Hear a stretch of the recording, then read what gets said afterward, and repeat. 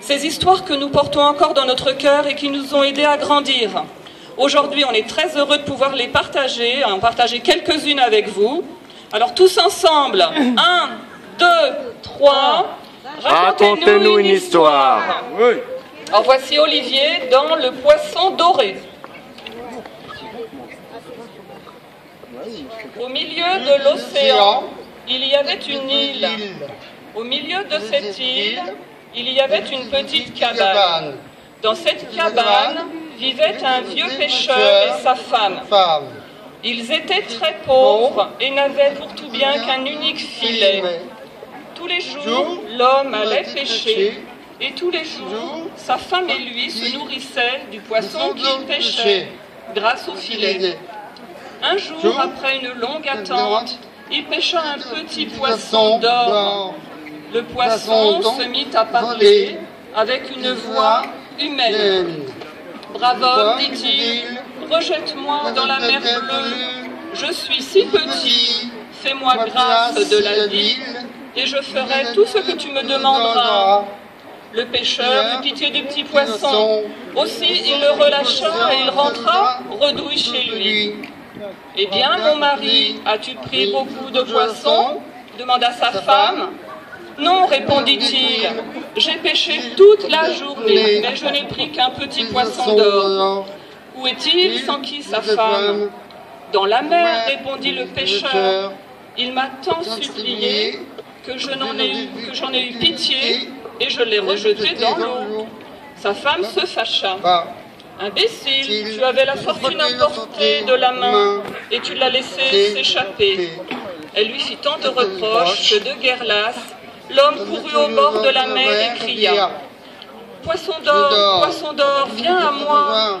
La queue dans la mer, la tête tournée vers moi. Le poisson d'or arriva aussitôt et dit «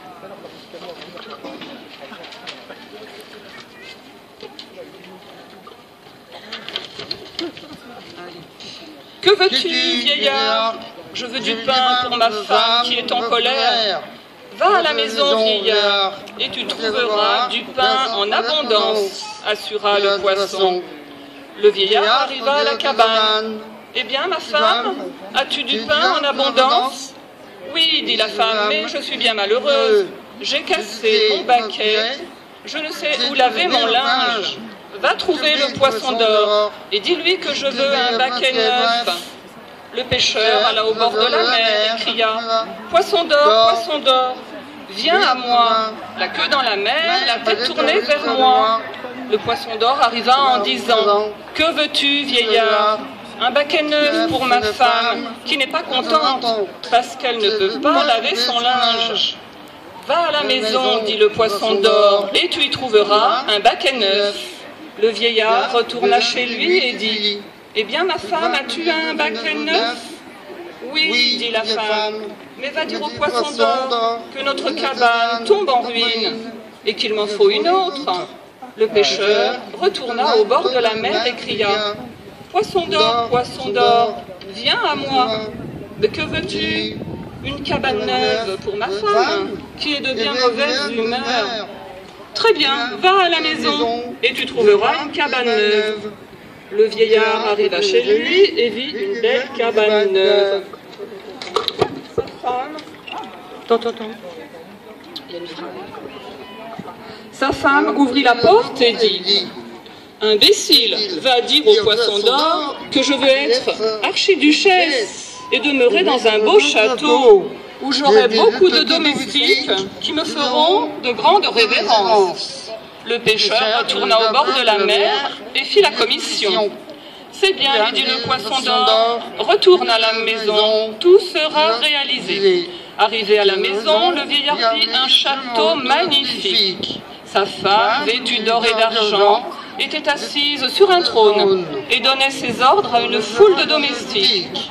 Quand elle aperçut le pêcheur, elle dit « Qui est ce vieillard-là, ce mendiant ?»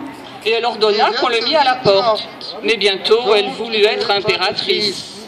Elle fit donc venir le pêcheur et lui commanda d'aller trouver le poisson d'or et de lui dire « Ma femme ne veut plus être archiduchesse, elle veut être impératrice. » Le vieillard obéit Et le poisson d'or accorda aussi ce souhait. Enfin, la méchante femme voulut être reine des eaux et commander à tous les poissons. Le vieillard allant donc au bord de la mer, appela le petit poisson d'or et dit « Poisson d'or, ma femme n'est toujours pas contente. Elle dit qu'elle aimerait être reine des eaux et commander à tous les poissons. » « Oh, c'est trop, s'indigna le petit poisson d'or. Elle ne sera jamais reine des eaux. Elle est bien trop méchante. Et je suis sûre que tous les poissons seraient bien malheureux sous ses ordres. » Le poisson disparut en disant ces mots. Et quand le vieillard arriva chez lui, il retrouva la pauvre cabane, le baquet cassé et la vieille femme vêtue de pauvres loques. Depuis ce jour, il reprit son filet pour pêcher. Moralité, à en vouloir toujours plus, on finit par ne plus rien avoir.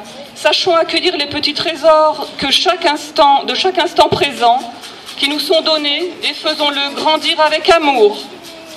Alors maintenant, tous ensemble, 1, 2, 3, racontez-nous une histoire. Alors voici maintenant Martine qui va nous lire La vache et les orphelins. La mère d'Aïcha et d'Ali tombe malade. Sentant la mort venir, elle fait promettre à son mari de ne jamais vendre la vache qu'elle a léguée à ses 2 enfants. Ne pouvant s'occuper seule des enfants, le père se remarie. À partir du jour où la Marate donne naissance à sa fille Dora, elle se met à détester les 2 orphelins, les bat et les affame, pas trop.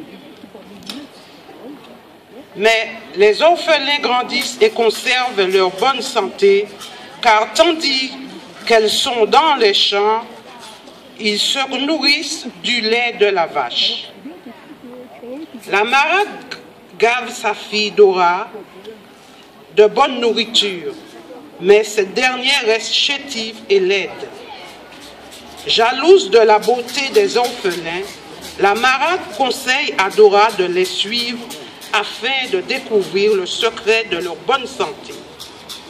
Quand Dora désire elle aussi téter les mamelles de la vache, la mâle la rejette en lui donnant un coup de sabot.